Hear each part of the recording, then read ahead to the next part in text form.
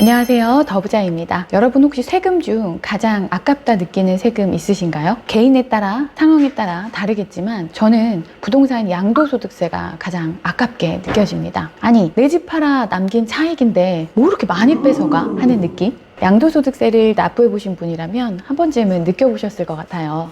부동산 양도소득세는 소유하고 있던 부동산을 처분하며 발생된 양도 차익에 부과되는 소득세인데요. 말 그대로 발생한 차익금, 즉 이익에만 부과하고 손해에는 부과하지 않습니다. 손해를 본 경우라고 하더라도 꼭 양도소득세 신고를 하셔야 하는데요. 1년 이내에 손해를 본 부동산과 이익이 난 부동산의 양도 차익과 양도 차손을 합한 금액에 과세하기 때문에 한 해에 두 부동산을 처분하는 것이 양도소득세를 절세하는 효과가 있습니다. 2023년 경제정책 방향으로 단기 양도세율 완화가 올 1분기에 실행될 예정이라고는 하지만 아직까지는 반영되지 않고 있습니다. 그러므로 현재 1년 미만의 부동산을 보유한 채로 양도를 하게 된다면 양도세만 70%가 과세되니 여간 무겁지 않다고 느낄 수 없는데요. 이처럼 과하고 무겁다라고 느껴지는 양도소득세를 절세하는 방안은 자산가치 증대에 아주 중요한 요소로 작용하고 있습니다.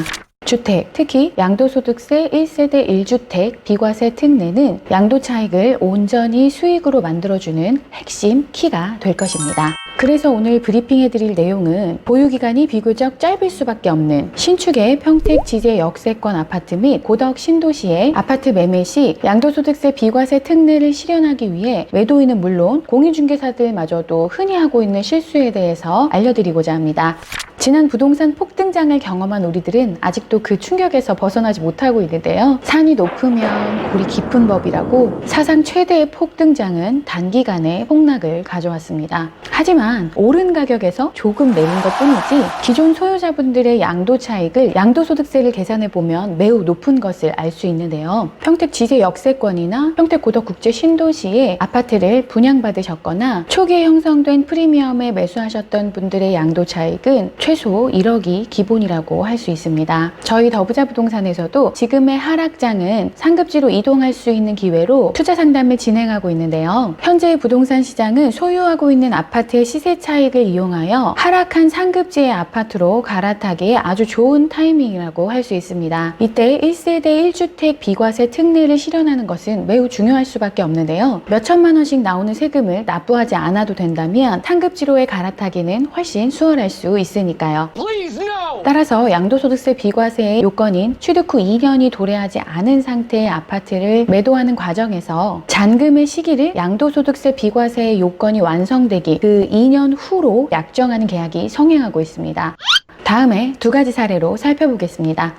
첫 번째 사례는 매수인이 임차인이 되어 전세로 거주하는 형태의 매매 계약입니다. 매도인은 2023년 6월 4억에 취득한 아파트를 1세대 1가구 양도소득세 비과세 특례를 위한 보유요건 2년이 도래하는 2024년 7월을 소유권 이전 등기일로 약정하여 매매 계약을 체결하였습니다. 잔금일이 너무 멀어서 이렇게 해도 되는지 부동산에 문의했지만 소유권 이전일이 요건에 해당되기 때문에 괜찮다고 하여 그동안 가고 싶었던 상급지로의 갈아타기를 결심했습니다. 괜찮다는 부동산의 말을 믿고 계약을 체결하고 계약금을 수령하였고 그 수령한 계약금으로 상급지에 계약금을 지불하였습니다. 이번 사례의 실수는 두 가지입니다. 이 사례의 경우 2022년 7월 취득한 주택을 종전주택으로 하여 신규주택 취득 시 일시적 2주택 특례를 적용하려는 것으로 보입니다. 그런데 종전주택을 취득한 지 1년이 되지 않은, 즉 2023년 3월 현재로 신규주택의 계약을 체결하여 같은 해 7월 이전 취득까지 마치는 경우 일시적 2주택의 특례는 적용되지 않습니다. 종전주택의 보유기간이 1년이 지난 후에 취득한 신규주택을 일시적 2주택으로 적용하기 때문입니다. 자, 두 번째 실수는요. 계약서상 잔금일은 양도소득세 비과세 요건인 2년을 채운 2024년 7월이지만 사회통념상 거의 지급되었다고 볼만한 정도의 대금이 지급된 경우 양도소득세가 과세될 가능성이 매우 높습니다. 또한 조세 회피 목적이 적발되어 신고 불성 시 가산세까지 징수된다면 돌이킬 수 없는 손실이 발생하게 됩니다. 두 두 번째 사례도 살펴볼까요? 2022년 6월 4억에 취득한 매도인은 2023년 3월 급전이 필요하여 아파트를 처분하고자 하였습니다. 4억 원의 전세 계약이 체결되어 있던 부동산을 매수인에게 승계하기로 약정하고 7억 원의 매매 계약을 체결하였습니다. 매도인은 7천만 원의 계약금을 수령하고 중도금으로 1억 5천만 원을 지급받았습니다. 이 경우도 마찬가지로 승계하려는 전세보증금을 제외한 실질적인 지급 금액의 대부분이 지급된 사례로 양도소득세가 과세될 확률이 매우 높습니다. 양도차익 3억 원이 온전한 수익이라고 생각했던 매도인은 여간 낭패가 아닐 수 없는데요. 왜 이렇게 위험한 거래가 성행하는 걸까요? 2022년 하반기부터 시작된 거래 절벽에 많은 분들이 목말라 있었습니다. 그러한 가운데 아직은 양도소득세 비과세 요건이 도래하지 않은 물건들을 시장에 꺼내놓으며 정확한 상담이 이루어지지 않은 것으로 보이는데요. 중개의뢰인 대부분은 공인중개사를 신뢰하여 중개의뢰를 하는 것인데 아무래도 공인중개사는 세무사가 아니다 보니 양도소득세 관련 상담이 정확하게 이루어지지는 않는 것으로 보입니다. 아이러니하게도 다운계약서 등의 불법 거래 시에는 공인중개사의 책임이 막중하기 때문에 더욱 신중을 기하고 완벽한 거래를 추구하는 반면 위와 같은 사례들은 적법하다고 여기기 때문에 과세당국에 노출되는 것을 간과하는 경우가 대부분입니다. 이러한 거래들은 적법하다고 생각하여 거래 신고 기간을 준수하고 적발당하기 쉽습니다. 이러한 경우 매도인만이 매우 큰 피해를 보게 됩니다. 또한 혼자서 고스란히 피해를 입게 되는 매도인은 중개사와의 상담 내용이 남아있지 않다면 그 과실을 입증할 수 없으므로 책임을 묻기 어려울 수 있습니다.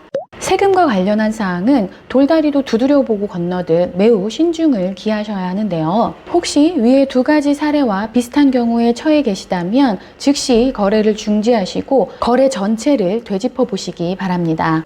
저희 더부자 부동산에서는 부동산 관련 판례와 유권 해석을 꾸준히 살펴보며 숙지하고 정확한 거래의 완성에 만전을 기하고 있습니다.